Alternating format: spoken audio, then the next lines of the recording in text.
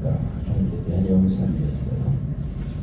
지금 내가 하고 있는 일이 하나님이 시키신 일인가, 아니면 내가 그냥 스스로 하고 있는 일인가 하는 데 대해서 우리 일단 하나님이 이 일을 시키셨다. 그리고 소명이시라고 해요. 소명이시. 하나님이 나를 불러 이 일을 맡기셨다. 소명은 부르셨다. 사명은 일. 그러니까 하나님이 부르셔서 맡기십니다. 여러분이 직장 생활할 때 하나님이 내게 이 일을 하라고 맡기셨구나. 뭐 그 일이 청소를 하는 일이든 뭐 행정을 하는 일이든 어떤 일이든 그냥 내가 우연히 하는 게 아니고 하나님이 내게 맡기십니다. 이런 생각을 해야 된다는 거죠. 내가 하고 싶은 일이 있어요. 그렇지만 가족을 위해서 어쩔 수 없이 내가 이 일을 해야 돼. 난 다른 일 하고 싶은데 가족들을 위해서 직장 생활을 해야 돼. 내가 이게 무슨 짓을 하고 있는가 이렇게 생각하면 안 된다는 거죠. 하나님이 나를 불러서 지금 이 일을 하게 하신다. 직업이 소명이라는 것, 직업이 사명이라는 것입니다. 하나님이 나를 불러서 이 일을 맡기셨다. 이런 마음을 갖고 살아야 된다 하는 것입니다. 여러분은 지금 하고 있는 일에 대해서 하나님이 나를 불러서 이 일을 맡기신 것일까? 아니면 내가 하고 싶어서, 아니면 어쩔 수 없이 하는 일일까? 어떤 생각을 가지고 있는지 모르지만 하나님이 나를 불러주셨고 이 일을 맡겨주셨다. 직장에서 이 일을 하게 하셨다. 하나님이 나를 이끌어오시고 그 일을 맡겨주셨다. 이런 마음으로 일하면서 나는 이 직장에서 하나님 일을 하고 있다. 하나님이 맡겨주셨기 때문에 최선을 다해야 된다. 이런 마음으로 일해야 된다는 거죠. 대충 할 수는 없잖아요. 하나님이 맡기신 일이라고. 그래서 그런 마음으로 우리가 일을 해야 된다 하는 것이 김미성 목사님의 소명회란 설교의 내용입니다. 오늘 우리는 하나님이 내게 주신 소명에 대해서 생각하려고 합니다. 섹스피어의 일화 중에 나오는 이야기가 있습니다. 섹스피어가 런던에 있는 유명한 레스토랑에 갔어요. 레스토랑에 들었으니까 많은 손님들이 경의를 표하며 일어납니다. 그만큼 널리 알려져 있었기 때문에 명성이 있어서 사람들이 반갑게 맞이했죠. 그런데 그 순간 현관에서 청소를 하고 있던 젊은 청년이 들고 있던 빗자리를 확 집어던지면서 탄식을 합니다. 내가 이거 도대체 무슨 짓을 하고 있어? 그러면서 집어던지는 거예요. 그걸 보고 섹스피어가 들어오던 길을 멈추고 청년에게 갑니다. 현관에서 탄식하는 젊은 청년의 어깨를 두드리면서 물어요. 여보게 젊은이, 자네는 젊은이답지 않게 왜 탄식하고 있나? 근데 청년이 이렇게 말하죠. 선생님은 이렇게 사람들에게 존경을 받는데 내가 생각할수록 참 하고 있는 일이 억울합니다. 한탄스러운 일입니다. 선생님이나 저나 똑같은 남자로 태어났는데 선생님은 사람에게 존경받고 저는 선생님이 지나간 발자국을 쓸어야 되는 청소부에 불과합니다. 그래서 나는 내 신세를 생각하니까 탄식이 절로 나옵니다. 그때 셰익스피어는 젊은 청년의 어깨를 두드리면서 이렇게 말을 했어요. 여보게, 자네는 결코 내가 지나간 발자국을 쓰고 있는 게 아니네. 자네는 빗자루를 가지고 하나님이 만드신 우주의 한 부분을 아름답게 만들고 있어.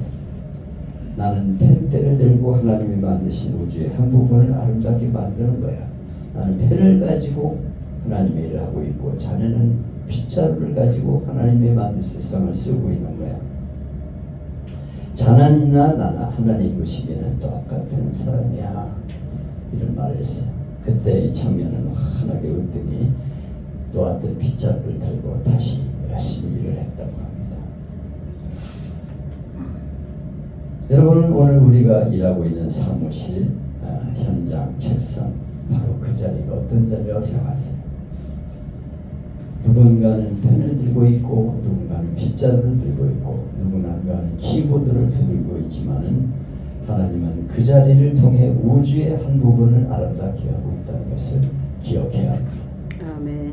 중세 종교개혁자들은 우리가 하는 모든 일이 다 하나님의 소명이다 이렇게 말했어요. 하나님이 부르셔서 일을 맡겨주셨기 때문에 그 일을 한다는 거예요. 내가 그 일을 한다는 것은 하나님이 맡겨주신 소명이라는 것입니다. 소명은 하나님이 부르셨다. 하나님이 부르셔서 목사가 되고 선교사 되고 직업도 갖게 되어서 하나님 일을 하는 것이다. 여러분, 우리가 이런 마음으로 산다면 하는 일이 얼마나 즐겁고 감사하겠어요. 하나님이 내게 이런 일을 맡겨주셨다. 여기서 일하게 하셨다. 이 일을 하게 하셨다. 얼마나 감사하겠습니까?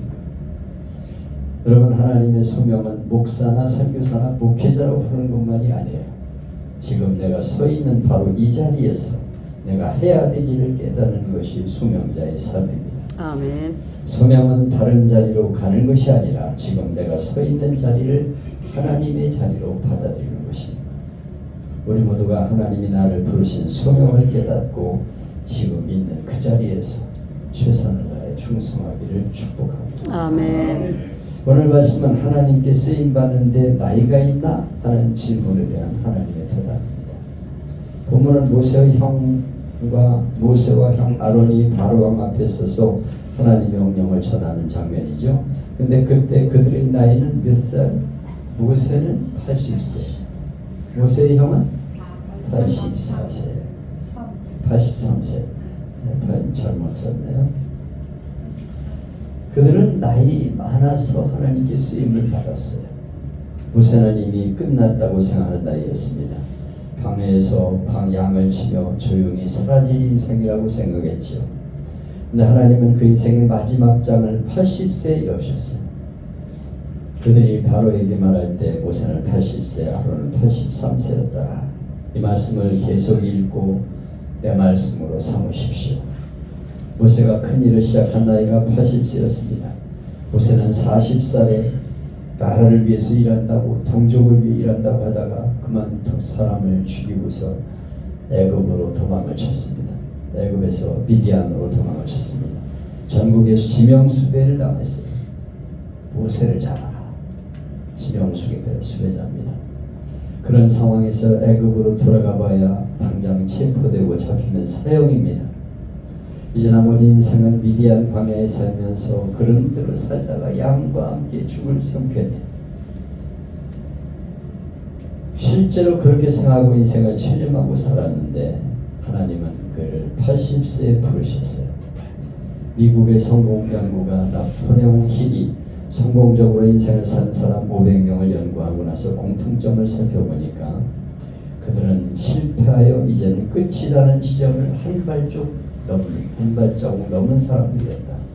사실은 실패자와 다름없는 인생이었는데 거기서 한 발짝 더 나간 사람들이 인생의 성공자였다고 말하고 있습니다. 모든 성공자들을 조사해보니까 500명을 조사해봤더니 다 실패자의 인생에서 한 발짝 나간 사람이었다.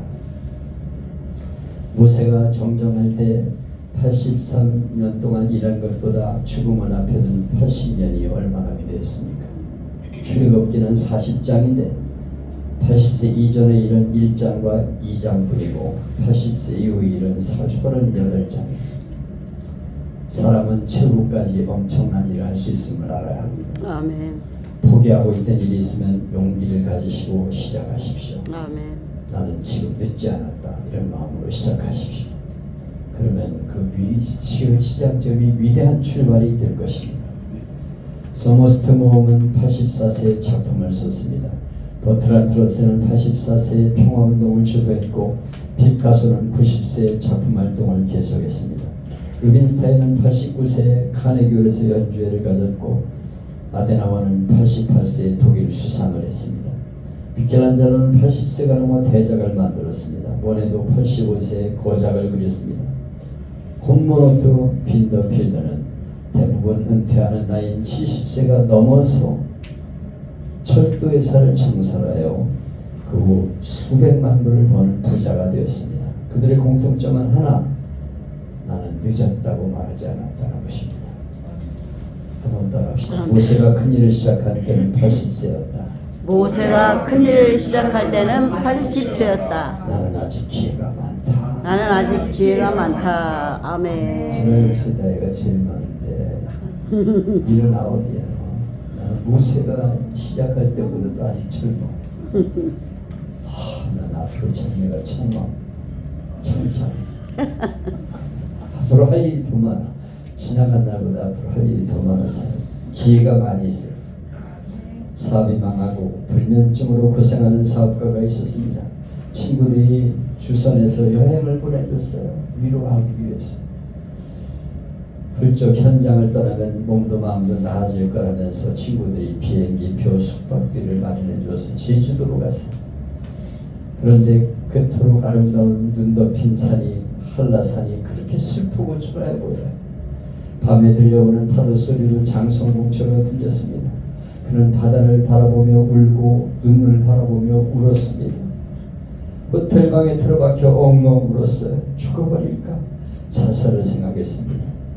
아니야, 죽을 바에는 서울 가서 죽어야지. 왜 제주도에서 죽어? 근데 책상 위에 호텔 안내책과 함께 성경책이 한 권 있어요. 호텔에 다 기도원에서 나오는 성경책이 있어요. 그래서 이것저것 뒤적거렸더니 마태복음 11장 28절 29절이 눈에 띄었습니다. 수고하고 무거운 짐진 자들아 다 내게로 오라. 내가 너희를 쉬게 하리라. 나는 마음이 요리하고 건설하니 내게 와서 배우라. 그러면 너희 마음이 힘을 얻으리라. 그는 그 말씀을 읽는 동안에 옛날 주일학교 다닐 때 부르던 찬송이 떠올랐습니다. 옛날 고향이 떠오르고 고향 어귀에 있던 초라한 교회가 떠올랐습니다. 그는 흥얼거리며 그 시절 추억을 다루며 노래를 불렀어요. 예수 사랑하시면 거룩하신 말일세. 우리들은 약하나 예수 원세 맡으나 날 사랑하심 날 사랑하심 날 사랑하심 성경에 써있는 내가 연약할수록 더욱 귀히 여기사 높은 보좌 위에서 낮은 나를 보시네. 세상 사는 동안에 나와 함께 하시고 세상 떠는 날 천국 가게 하소서. 아멘. 찬송을 부르는데 나도 모르게 눈물이 납니다. 하나님을 떠나 살다 모든 것을 잃어버린 자기 모습을 깨닫게 되었어요. 자기는 자기가 그동안 하나님을 떠났던 죄를 회개하게 되었습니다. 그는 그날 주님을 만났습니다. 주님 때문에 잃어버렸던 용기를 되찾고 죽어서는 안 될 이유를 찾게 되었습니다. 그는 서울로 빨리 돌아가야 될 이유를 찾았습니다. 그는 바로 그 다음날 서울로 돌아갔습니다. 하나님 앞에 나가 예배드리며 믿음을 되찾게 되었습니다. 그로부터 만 4년 후에 그는 회사를 다시 회복시켰습니다. 그러나 사업보다 중요한 것은 주님을 다시 만났다는 것입니다. 아멘. 그는 주님께 돌아와 주님께 귀하게 쓰임받는 일꾼이 되었습니다. 아멘. 그의 인생이 다시 쓰임받은 것은 사업이 회복되었기 때문이 아니라 하나님께 다시 불림을 받았다고 하는 것입니다. 아멘. 여러분, 하나님 오늘도 사람을 찾으십니다. 나이를 보지 않으십니다. 자리를 보지 않으십니다. 부르심에 응답할 준비가 되었는가를 보십니다. 아멘. 우리 모두가 직장과 가정과 삶의 자리에서 주님이 저를 부르셨군요. 제가 주님이 저를 여기로 인도하셨군요. 주님, 제가 여기 있습니다. 저를 써주세요. 이렇게 응답하며 주님의 사명을 잘 감당해서 여러분이 있는 자리에서 하나님께 영광을 돌리시기를 바랍니다. 아멘. 그리고 그 자리가 하나님 보내신 자리예요. 우리 같이 차 한잔 합시다. 식사 같이 합시다. 같이 식사하면서 하나님의 사랑을 얘기하고 하나님 앞에 갑시다. 예배드립시다. 그래서 여러분을 통해서 많은 영혼이 하나님 만나는 은혜가 있기를 주님의 이름으로 축복합니다. 아멘. 사명이라는 찬양을 하나 불러볼까요?